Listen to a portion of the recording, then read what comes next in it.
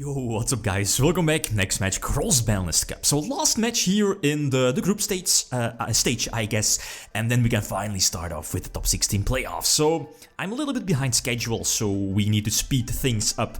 So definitely expect more, Cross-Banlist Cup releases during the upcoming weeks. So let's zoom in. Last group, obviously, Group H, two Titans. Performages and Pals, winner of last year, if I'm not mistaken. From 2015, OCG list is going to take on this beast. Dark Warrior, a deck list, I believe during its prime. So 2019 Master Rule 4. And of course, a deck that, any two card combination, well, any two warriors leads to Isolde, and Isolde on her own is basically full combo, as in Gumlar, Rongo, Bongo, prevent your opponent from playing the game, basically.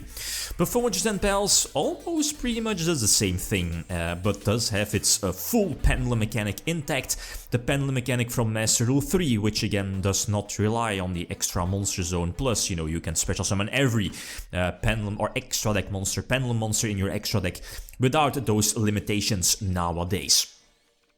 So anyway, going first is of course very important. Shockmaster.tech, aka Performages and Pals, wants to go first because of that, while on the other hand we have Dark Warrior, which obviously also wants to go first, setting up the graveyard, and the deck is super well, consistent, yes, even though it's 60 cards, but the reasons, or at least reason being, is that there are some cards you really don't want to draw into, like Steam the Cloak, Sephiroth are cards you definitely don't want to draw.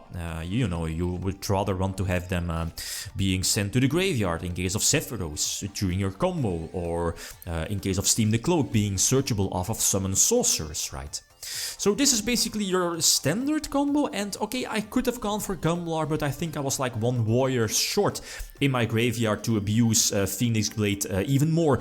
So that's why I went for, full Rongo, and make sure that I have its fullest effect during my next turn as well. So that means I think like 5 or more materials, then you can blow up your opponent's entire field and go for go for game. But here, the field spell was still intact, but there's ways around, and I believe I drew like a second copy of that also. So yep, GG. Game number 2, and well, yeah, this says enough. Shockmaster calling monsters. Let me think. Do I have outs? Not sure. I could have. Let me think. No.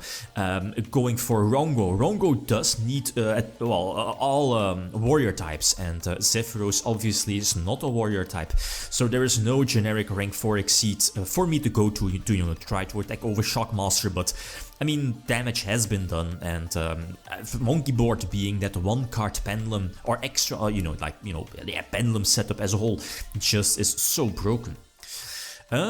This is decent. Greffer is there for the potential extender, so normal summon Dolphin, not the best, but again, Dolphin could rip like a Veiler from your opponent's hand, or force out the Veiler, that is, but Ghost Ogre does prevent the, Dolphin from resolving, right? Because again, you don't control a monster with attack stats.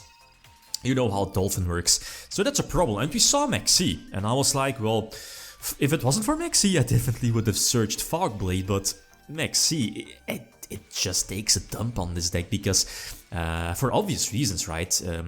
Master Rule 4, TCG, Dark Warrior, Maxi wasn't legal during, it still isn't legal, but again, it wasn't legal back then for us TCG players, so there wasn't really any reason to combat Maxi other than obviously Call by the Grave, which, was super stable for stuff like Ash Blossom. So no defense here, and the Kaiju is definitely not going to help, and I believe this is more than enough. Ignister, multiple Ignister, so broken. Wavering Eyes during Prime Master Rule 3 is so busted. So next duel, and I go for Instant Fusion and again get blasted away by Maxi. I'm like, Jesus Christ. So go for Raging and put it face down and go from there. Because of Twin Twister, I'm like, I might survive this one, but Draco face-off. It's a 3 here, and you know, you see the reason why Ignister was limited, was it? I think so, and Draco face-off as well at some point, and this was the reason, or one of the reasons, right? Because it does so much. Ignister not being once per turn forces out or gets rid of the back row, like the potential strike, twin twister, so you can safely set up your, you know, your scales. And those one-card scales definitely doesn't help me as well. So, nope, nothing I could do. Dinoster, double Ignister, Lavalval Chain plus Master Pendulum, that's definitely more than enough to attack for the game. So, one extra duel, again to prevent spoilers, but yeah, what can we do? So I go first again, get Devianart, and okay, normally I guess it's better to just wait on Isolde's effect and then use Devianart, but we know there's only one Isolde available, and there aren't really ways to get Isolde back on the... well, no. Let's say with DDR, banish it from the graveyard, yeah, and no, Phoenix Blade, right? And then DDR to get it back, yeah, but... you know, I only can get DDR in the graveyard if I already use Isolde's effect, unless there is like that specific opening hand, but let's face it, a 60 card deck is not that consistent in that way. But still, even after Velar, I can pump out a decent field, go for Gumlar for the double discard. Phoenix Blade should get something back, plus Fog Blade. Okay, no Phoenix Blade, probably not enough Warriors, but Fog Blade for the one of negation, so that's decent. But the problem here...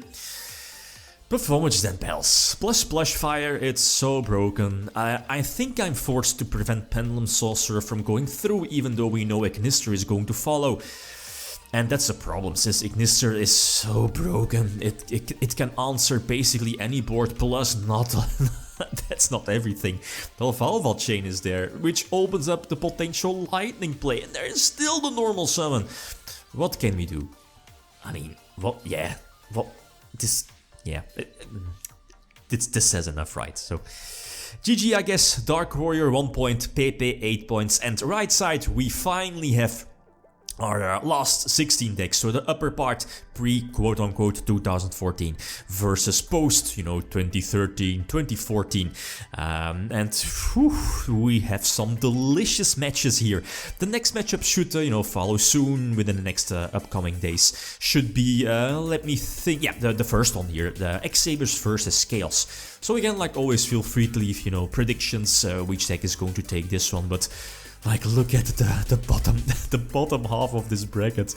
Agar Pain, or you know, Dragon or Danger Thunder, right, versus Performages and Bells. Eldritch versus Sky Striker, full Sky Strikers. Oh, the list goes on and on.